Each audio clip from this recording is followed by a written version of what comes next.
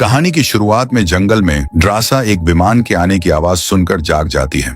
वह अपना हथियार तैयार करती है और जैसे ही एक आदमी विमान से उतरता है उसके सिर में गोली लग जाती है। इस बीच पूर्व मरीन लेवी एक बुरे सपने से जागता है और समुद्र तट पर आराम करके अपना सिर साफ करने का फैसला करता है। सुबह उसे एक संदेश मिलता है जिसमें उसे मरीन कॉर्प्स बेस जाने के लिए कहा जाता है। बाद में बेस पर लेवी एजेंट बार्थोलोम्यू से मिलता है। वह जानती है कि एक कुलीन स्नाइपर के रूप में उसका शानदार करियर है और उसका कोई परिवार या दोस्त नहीं है, इसलिए वह उसे नौकरी देने आई है। लिथुआनिया में ड्रासा अपनी मां की मृत्यु की सालगिरह पर कब्रिस्तान में अपने पिता से मिलती है। उसके पिता को हाल ही में पता चला कि उसके कैंसर का इलाज करने के लिए बहुत देर हो चुकी है, इसलिए उसने घोषणा की कि अगर वह 14 फरवरी तक नहीं मरा तो वह खुद को मिटा देगा ताकि वह वैलेंटाइन डे पर अपनी पत्नी से मिल सके। सितंबर में लेवी एनेस्थीसिया से प्रेरित नींद से विमान में जागता है। वह एक सैनिक से पूछता है कि वे कहाँ हैं, लेकिन उसे बताने का अधिकार नहीं है। वह उसकी सारी निजी चीजें ले लेती है और उसे बताती है कि वे नो फ्लाई जोन में पहुंच रहे हैं। उसे अब कूदना होगा और अपने गंतव्य तक बाकी रास्ता पैदल चलना होगा। लेवी ने निर्धारित बैग लिया और कूद गया। पैराशूट खोलने के लिए सही समय का इंतजार किया। वह सुरक्षित रूप से उतरा और अपनी लंबी यात्रा शुरू की, जिसमें बहुत सारी चढ़ाई, ट्रैकिंग और कैंपिंग शामिल थी। आखिरकार लेवी एक विशाल घाटी के किनारे पहुंच गया। यहाँ उसकी मुलाकात सैनिक जेडी से होती है जो 1 साल से यहाँ है और उसे भी नहीं पता कि वे कहाँ हैं। लोग पश्चिमी टावर पर जाते हैं जो सौर ऊर्जा, एक बैकअप जनरेटर, एक वर्षा प्रणाली, एक सब्जी उद्यान और शिकार करने के लिए बहुत सारे जंगली खेल से पूरी तरह आत्मनिर्भर है। घाटी के दूसरी ओर पूर्वी टावर है, लेकिन उस गार्ड से संपर्क वर्जित है। घाटी में उत्तर और दक्षिण में भूमि की खदानें और सामरिक अवरोध हैं, लेकिन पार जाने का कोई रास्ता नहीं है। जैसा कि जेड और डी लेवी को चारों ओर दिखाना जारी रखता है, वह मिशन के बारे में बताता है। हर दिन लेवी को पश्चिमी रिम पर चलना चाहिए और स्वचालित बंदूक बुर्ज में गोला बारूद को फिर से भरना चाहिए, जो हर 600 मीटर पर स्थित है। उसे कंटेनमेंट बार्ड, निलंबित खदानों और क्लोकर्स की भी जांच करनी चाहिए, जो ऐसे उपकरण हैं जो घाटी को अदृश्य रखने के लिए सभी उपग्रहों को गलत संकेत भेजते हैं। रेडियो हर 30 दिन में जांच करता है, लेकिन बाहर से संवाद करने का कोई तरीका नहीं है।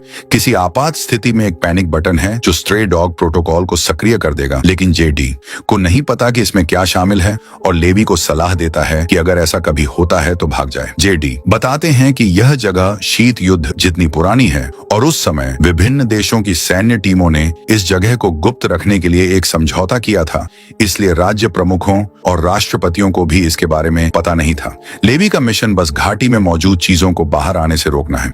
यह पागलपन भरा लगता है और जेड डी भी ऐसा ही सोचते थे, जब तक कि उन्होंने कुछ ऐसा नहीं देखा जिसे गार्डों ने हॉलो मैन नाम दिया है, जिसे अब घाटी में चीखते हुए सुना जा सकता है। जेड और डी कहते हैं कि 1940 के दशक के अंत में 3 घुड़सवार बटालियनों को घाटी में सफाई करने के लिए भेजा गया था, लेकिन कोई भी वापस नहीं आया, इसलिए सेना इसके बजाय रोकथाम करने पर ध्यान केंद्रित कर रही है। इसके बाद जेडी टावर से निकल जाता है और पिकअप पॉइंट तक जाता है। एक हेलीकॉप्टर उसे रस्सी से उठाता है और एक सैनिक उसकी पहचान पूछता है। जैसे ही जेडी पासवर्ड बताता है, सैनिक उसके सिर में गोली मार देता है और उसके शरीर को पहाड़ों में गिरा देता है। 1 महीने बाद लेवी को अपनी बहुत उबाऊ दिनचर्या की आदत हो गई है।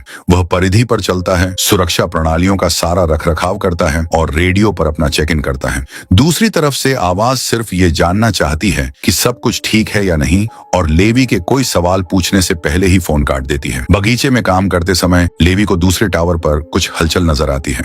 वह अपनी दूरबीन के पास जाता है और ड्रासा को लकड़ी काटते हुए देखता है। वह भी उसे देखती है, लेकिन उसे अनदेखा कर देती है। एक रात तूफान के दौरान लेवी एक बुरे सपने से चौंक कर जाग जाता है और एक गिलास तोड़ देता है, जिससे उसे लगता है कि उस पर हमला हो रहा है, इसलिए वह एक बंदूक पकड़ लेता है। जब उसे अपने पैर में दर्द महसूस होता है तो उसे पता चलता है कि उसने गिलास पर पैर रखा था और यह सिर्फ एक दुर्घटना थी, इसलिए वह शांत हो जाता है।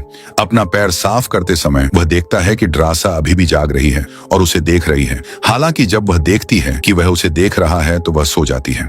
एक और महीना बीत जाता है और ड्रासा उसे अपना जन्मदिन अकेले मनाना पड़ता है। ऊब से तंग आकर वह लेवी का ध्यान आकर्षित करने के लिए बंदूक चलाती है और उसका नाम पूछते हुए एक बोर्ड दिखाती है।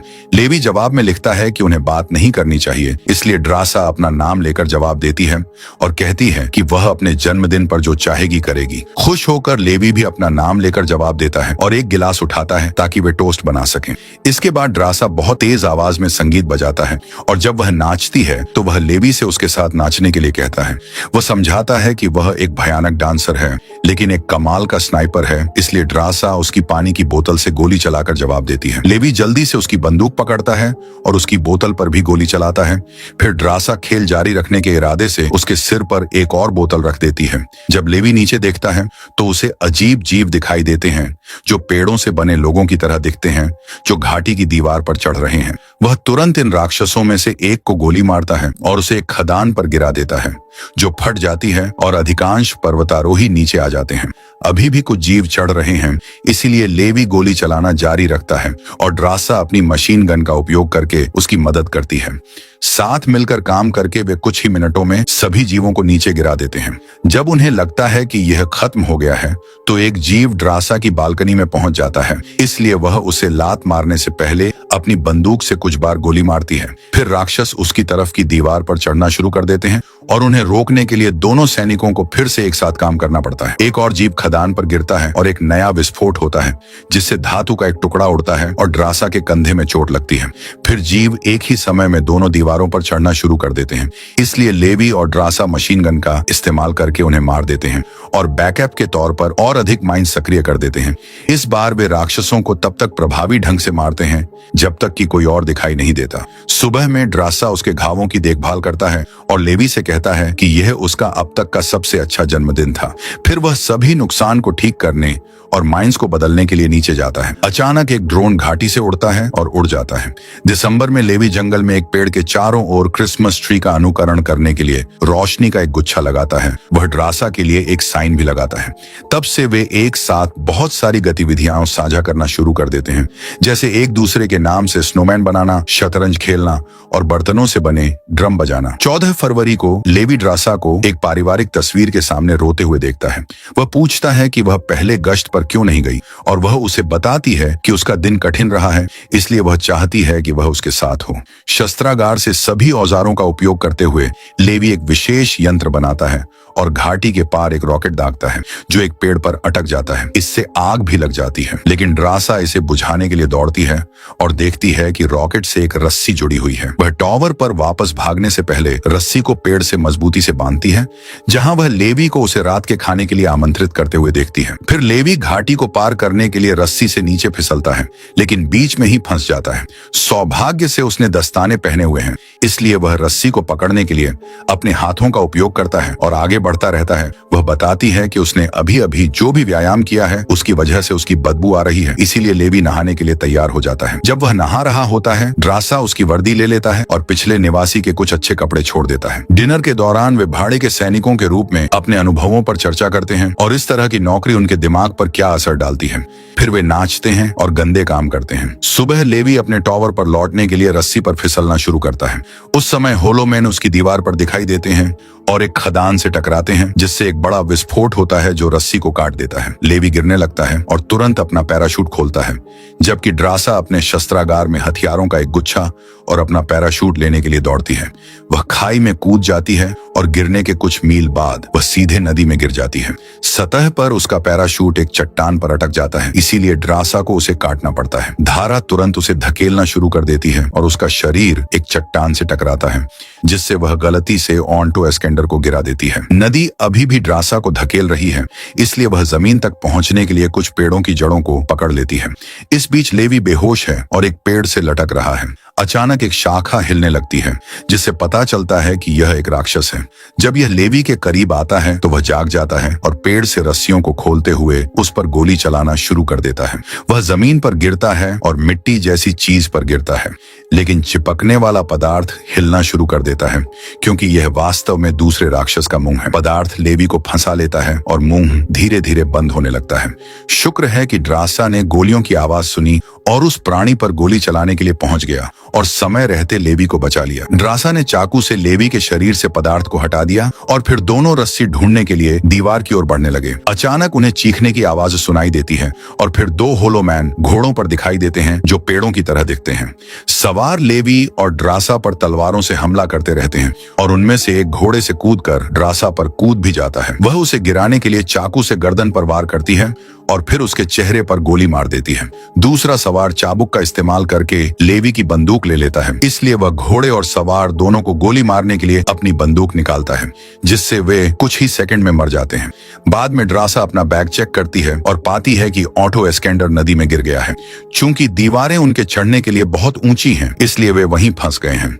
वह सोचती है कि उन्हें नदी का अनुसरण करना चाहिए, क्योंकि इसे कहीं ना कहीं से निकलना ही है। लेवी ने उस प्राणी को करीब से देखा जिसे उसने मारा था और एक बहुत पुरानी सैन्य वर्दी की खोज की। इसका मतलब है कि होलोमैन कहानी से खोई हुई घुड़सवार बटालियन है। ये जोड़ी जंगल में आगे बढ़ती रहती है, रास्ते में सैकड़ों कंकाल पाती है।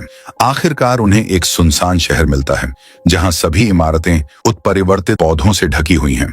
भूकंप से जमीन पर भी नुकसान हुआ है। वे चीखें सुन सकते हैं जो संकेत देती हैं कि और राक्षस आ रहे हैं। इसलिए यह जोड़ी एक चर्च के अंदर छिपने का फैसला करती है, जहां उन्हें सीटों पर कंकाल मिलते हैं। लेवी को साइनाइड की गंध आती है, जिसका मतलब है कि इन लोगों ने खुद को मिटा दिया है, क्योंकि वे अब इस जगह पर रहना बर्दाश्त नहीं कर सकते। अचानक उन्हें एक शोर सुनाई देता है और ड्रासा ऊपर देखती है और एक बड़ी मकड़ी को देखती है जो उस पर हमला करने के लिए कूदती है। वह तुरंत उसे धक्का दे देती है और जमीन पर गिर जाती है, जहां उसे एक और मकड़ी आती हुई दिखाई देती है। जैसे ही वह उस पर वार करती है, दो और मकड़ियां लेवी पर हमला करती हैं, जो जल्दी से उन पर गोली चला देता है। जल्द ही बहुत सारी मकड़ियां उन्हें घेर लेती हैं और दोनों सैनिक अधिक से अधिक लोगों को मारने के लिए गोलियां चलाते रहते हैं। ड्रासा की गोलियां खत्म हो जाती हैं, इसलिए लेवी उसे बचाता है, जबकि वह फिर से गोलियां लोड करती है। वे दरवाजे की ओर बढ़ने लगते हैं, लेकिन उसी समय कुछ खोखले आदमी अंदर घुस आते हैं।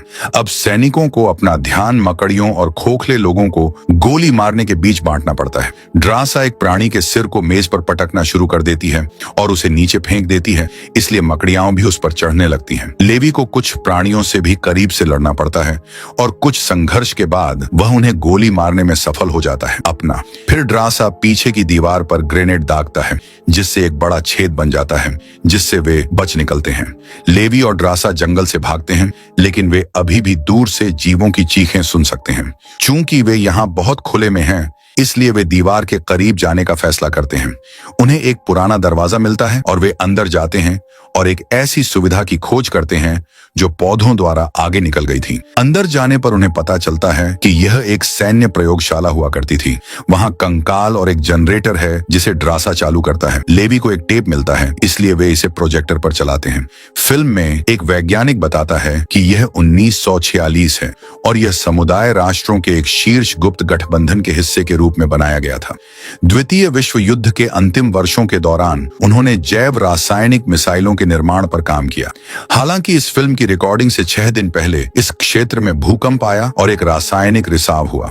वैज्ञानिकों ने विष को नियंत्रित करने के लिए दिन रात काम करना शुरू कर दिया, जो जल्द ही स्थानीय वनस्पतियों और जीवों के डीएनए के साथ मिल गया और उन्हें उत्परिवर्तित कर दिया। केवल कुछ घंटों के लिए विष के संपर्क में रहने से कुछ नहीं होता, लेकिन जितना अधिक वे काम करते थे, उतना ही अधिक वैज्ञानिक इसके संपर्क में आते थे और यह धीरे धीरे उन्हें भी प्रभावित कर रहा था, जैसा कि स्क्रीन पर अपने पेट पर शाखाएं दिखाने वाली महिला द्वारा साबित किया गया है। शुक्र है कि चूंकि आधार घाटी में था, इसलिए विष बाकी मानवता तक कभी नहीं पहुंचा। दूसरे कमरे में लेवी और ड्रासा को 2000 के दशक के अंत का एक कंप्यूटर मिलता है, जिसका मतलब है कि शुरुआती घटना के बाद लोग प्रयोग जारी रखने के लिए आते रहे। लेवी कंप्यूटर चालू करता है और पाता है कि यह जगह डार्कलेक की है, जो एक निजी अर्धसैनिक निगम है।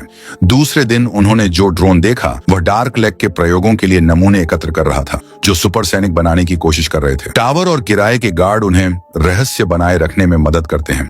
कंप्यूटर में लेवी को स्ट्रे डॉग प्रोटोकॉल के लिए एक स्पष्टीकरण भी मिलता है, जो एक परमाणु बम बन जाता है, जो रिसाव होने पर क्षेत्र को निष्फल कर देगा।